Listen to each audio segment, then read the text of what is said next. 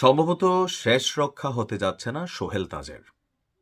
দর্শক, কথা বলছি যে ৫ই আগস্ট পরবর্তী সময়ে আওয়ামী লীগের বিরুদ্ধে, শেখ হাসিনার বিরুদ্ধে, বঙ্গবন্ধু ইস্যু থেকে শুরু করে অনেক ইস্যুতে সোহেল তাজ ব্যাপক বক্তব্য দিয়েছেন। আর তার এই বক্তব্যগুলোতে শেখ হাসিনাকে যে ফ্যাসিস্ট অথবা ভিলেন বলা হয়, সেই বিষয়গুলোকে আরও পুঙ্খানুপুঙ্খভাবে তিনি তুলে ধরেছেন। যে শেখ হাসিনা ফোনে গান গাইতেন, তোমায় আমি ছাড়বো না, তো এরকম নানান কিছু কিন্তু আমরা দেখছি। নানান ঝড়ঝাপটা মাঝখানে গেছে। এরপর দেখছি ডক্টর ইউনুসকে গিয়া তিনি অনেক থেরাপি শিখাইছেন, ব্রেইনের থেরাপি, হাঁটুর থেরাপি, কিভাবে মানে ব্যায়াম করলে মানে ঠিকঠাক থাকবে। তো এরপর ডক্টর ইউনুসের সাথে সোহেল তাজের সাক্ষাতের পর তার উপর দিয়ে যে ঝড়টা ছিল এটা অনেকটা কমে গেছে, কিন্তু ফাইনালি শেষ রক্ষা হচ্ছে না সোহেল তাজের। ইতিমধ্যেই রাজসাক্ষী হওয়ার ঘোষণা দিয়ে বসছে, তার মানে ভেজাল আছে। ঘটনা কি? পিলখানা হত্যাকাণ্ডে সোহেল তাজ যতটা নিজেকে দুধের দোয়া তুলসী পাতা দাবি করছেন, আসলে কি তাই?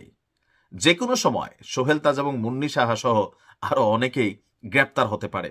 যদিও সোহেল তাজের বিদেশে যাবার যেই নিষেধাজ্ঞা ছিল সেটা উঠে গেছে, অন্য ঝামেলা নেই। এখন কেন তার নাম আসছে?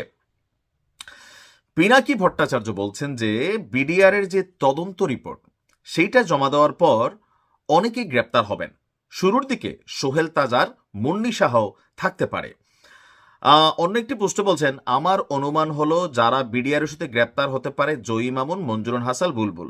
এখন কেন আসলে সোহেল তাজের বিষয়টা এখানে মানে গণমাধ্যমে আসলো?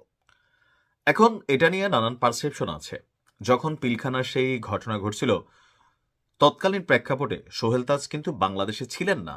কিন্তু আপনি যদি দেখেন যে এই ঘটনার আগে পরে বিডিআর এর এই ঘটনায় যতগুলো রিপোর্ট হয়েছে বা সোহেল তাজ তিনি বিভিন্ন দাবি করেছেন, তারপরে অনলাইন কিং পিনাকি ভট্টাচার্য, সাংবাদিক ইলিয়াস, তারা কিন্তু সোহেল তাজের বিরুদ্ধে অনেক ধরনের তথ্য প্রমাণ অনেক কিছু হাজির করার চেষ্টা করেছেন। আর সোহেল তাজও পিলখানার ইস্যুতে তিনি একটা বক্তব্য দিয়েছিলেন যে ওই দিন তিনি তাৎক্ষণিকভাবে বিদেশ থাকলেও ওভার দ্য ফোন তিনি শেখ হাসিনার সাথে যোগাযোগ করেছিলেন। তৎকালীন সময় শেখ হাসিনা তাকে কি বলেছিল, মানে নিজের যে ক্লিয়ারেন্সের জায়গাটা তিনি তৈরি করার চেষ্টা করেছেন। তো এত কিছুর পরও কোথাও না কোথাও, যেহেতু তিনি তৎকালীন সময়ে স্বরাষ্ট্র প্রতিমন্ত্রী ছিলেন অথবা পদত্যাগ করছিলেন এরপরে আইসা, তো নানান কারণে এখন চাইলেও তিনি তার এই জায়গা থেকে আসলে সরতে পারছেন না। তবে তার যে রাজসাক্ষী হওয়ার বিষয়টা, সেটা নিয়েও মানে প্রশ্ন আছে, এটা কি আসলে সত্যি নাকি মিথ্যা? কারণ গণমাধ্যমে এখন বিভিন্ন ধরনের কিউ কার্ড দিয়ে আসলে অনেক ধরনের তথ্য ছবি চলে আসে, একটু কনফিউশন আছে। তবে এতটুকু যে সোহেল তাজের গ্রেপ্তার হওয়ার শঙ্কা আছে। আর মুন্নি সাহা কেন? কারণ ওই সময় এই পিলখানা কাণ্ডকে ধামাচাপা দেওয়ার জন্য সাংবাদিকদের মধ্যে, রাজনীতিবিদদের মধ্যে, তারপর হচ্ছে প্রশাসনের বিভিন্ন জায়গায় একটা সেটেলমেন্ট ছিল যেন এই বিষয়টা নিয়ে খুব বেশি অ্যাক্টিভিটিস না হয়, বা এখানে অনেক কিছু ছিল হয়তো এখন পর্যন্ত আমরা এই রিপোর্টে কতটুকু জানছি জানি না, যেগুলো নিয়ে মানুষের মধ্যে প্রশ্ন ছিল যেন আওয়ামী লীগ সরকার কোনো ডিস্টারবেন্সে না পড়ে।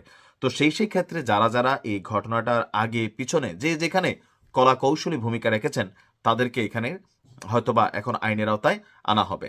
তবে সোহেল তাজের বিরুদ্ধে রিপোর্টে যে তদন্ত রিপোর্ট দেওয়া হয়েছে পিলখানা হত্যাকাণ্ডে, সেই রিপোর্টে সোহেল তাজের নাম আসছে কিনা অথবা তিনি কি কোথাও পেছনে কোনো ভূমিকা রেখেছেন কিনা, এ সম্পর্কে কিন্তু আমরা সেই তদন্ত রিপোর্ট থেকে গণমাধ্যমকে উদ্ধৃত করে আসলে তেমন কোনো তথ্য পাইনি।